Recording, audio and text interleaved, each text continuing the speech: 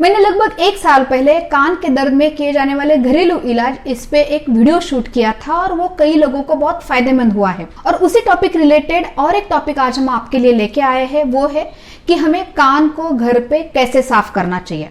नमस्ते, मैं हूँ doctor Sushma Jadhav, consulting physician, और ये जो मेरा चैनल है जिसका नाम है हेल्थ सेवी, जिसमें हम लोग हर वीक एक इंटरेस्टिंग टॉपिक पे साइंटिफिक इंफॉर्मेशन बहुत सिंपल लैंग्वेज में आपके लिए लेके आते हैं। तो ये जो हमारा चैनल है उसे आप जरूर सब्सक्राइब कीजिए और ये जो वीडियोस है उन्हें बाकी लोगों के साथ भी शेयर कीजिए।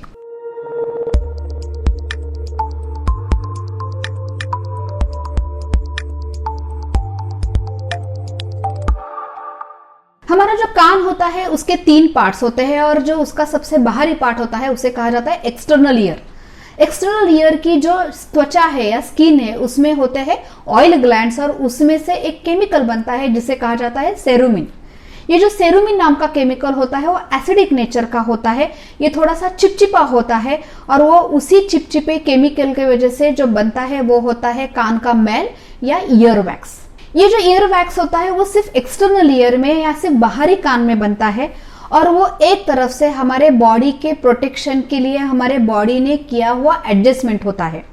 और इसी चिपचिपे वैक्स के वजह से जो कान में आने वाले बैक्टीरिया है, जो भी गंदगी है, वो बहुत अंदर तक फैलती नहीं है और वो डायरेक्टली इनडायरेक्टली ये जो ईयर वैक्स होता है वो हमारे इंटरनल ईयर को या जो हमारा ईयर ड्रम है या जो कान का पर्दा है उसे वो प्रोटेक्ट करता है, बचाता है। और जब ये वैक्स ज्यादा मात्रा में बने तो हम जब भी हमारा जॉ मूवमेंट होता है या हमारा जबड़ा हिलता है बात करने के लिए, खाने के लिए, तो वो मूवमेंट के वजह से वो जो कान का वैक्स है वो धीरे धीरे करके बाहर की तरफ आ जाता है। इसलिए प्रोएक्टिवली खास करके कोशिश करके ईयर वैक्स को बहुत अंदर से निकालने की कोई जरूरत नहीं। लेकिन कुछ लोगों में इसी ईयर वैक्स की वजह से या ईयर वैक्स ज्यादा जमा होने की वजह से या बहुत अंदर तक फैलने की वजह से कभी कभार कुछ तकलीफ हो सकती है, जैसे कि कान में दर्द होना, कान में कम सुनाई देना, कान में खुजली होना या टिनिटस यानी कान में कुछ घंटी के जैसे या टिक टिक टिक करके हमेशा आवाज आना। तो जब भी इस तरह की तकलीफ हो जाए तो हम उसके लिए कुछ इलाज कर सकते हैं या कुछ चीजें कर सकते हैं। सबसे पहला पॉइंट कि जब हमें कान साफ रखना है तो हमें घर पे कान किस तरह से साफ करना चाहिए।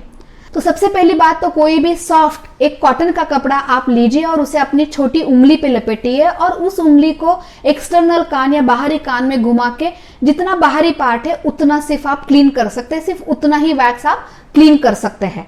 बहुत अंदर तक जाके वैक्स क्लीन करने की कोई जरूरत नहीं। साथ ही में जो कमर्शियली ईयरबड्स अवेलेबल है अगर आप वो यूज कर रहे हैं तो वो भी बहुत अंदर तक नहीं डालना चाहिए, क्योंकि उससे वैक्स बहुत अंदर तक जा सकता है या कान में इन्फेक्शन हो सकता है या अपने कान का जो पर्दा है उसे डैमेज हो सकता है। तो अगर ईयरबड भी यूज कर रहे हैं तो वो भी बहुत एक बाहरी तरफ से उसे यूज करके कान को साफ करना चाहिए। लेकिन अगर वैक्स बहुत हार्ड होकर अंदर तक बैठा है तो कमर्शियली जो भी अवेलेबल है वो आप वैक्स सॉफ्टनर यूज कर सकते हैं और 5 से 7 दिन तक दिन में 2 बार 3 बार एक बूंद आप कान में डाल सकते हैं, जिसकी वजह से जो हार्ड वैक्स है वो सॉफ्ट होगा और धीरे धीरे करके वो बाहर की तरफ आ जाएगा। जैसे ही वो छेद के ऊपरी तरह आ जाएगा तो आप आराम से उसे ईयरबड से या हाथ से निकाल सकते हैं। लेकिन अगर ये करके भी आपका वैक्स अगर नहीं निकले तो ऐसे समय आपको कान के डॉक्टर या ईएनटी सर्जन के पास जाके ही आपके वैक्स को निकालना चाहिए। ईएनटी सर्जन कुछ स्पेशल इंस्ट्रूमेंट्स या सिरिंज के मदद से वो जो वैक्स अंदर बैठा है उसे निकालते हैं और जो आपका कान का तकलीफ है वो कम हो सकता है। कई लोग बहुत गलत तरीके से वैक्स निकालने की कोशिश करते हैं, अलग अलग मिलने वाले वैक्यूम, हाइड्रोजन पेरोक्साइड या कुछ कैंडल्स का भी यूज करते हैं जिसकी वजह से वैक्स को मेल्ट करके बाहर निकाले। लेकिन ये सारी चीजें बहुत ज्यादा गलत है, वो आपके कान को परमानेंटली डैमेज कर सकती हैं। तो याद रखिए ये जो वैक्स है ये आपके बॉडी का प्रोटेक्टिव मैकेनिज्म है, आपके कान को प्रोटेक्ट करने के लिए बनाया है, तो उसे बहुत एग्रेसिवली निकालने की कोई जरूरत नहीं। लेकिन अगर तकलीफ करता है तो उसे किसी की मदद से जरूर निकालिए।